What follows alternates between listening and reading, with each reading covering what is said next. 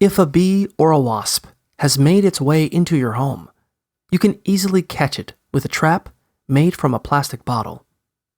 Cut off the top third of a clean 2-liter soda bottle, then invert the bottle top and push it down to the main body of the bottle. Staple the top of the bottle in place on at least 4 sides of the bottle. Drill 2 holes on opposite sides of the bottle about 1 inch, 2.5 centimeters below the top edge. Then, thread a cord through them and knot it on both sides to make a handle so you can hang the trap.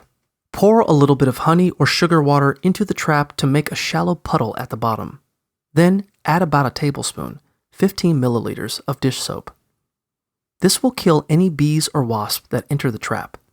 Position the trap in an area where the bee or wasp is likely to find it, such as near a sunny window.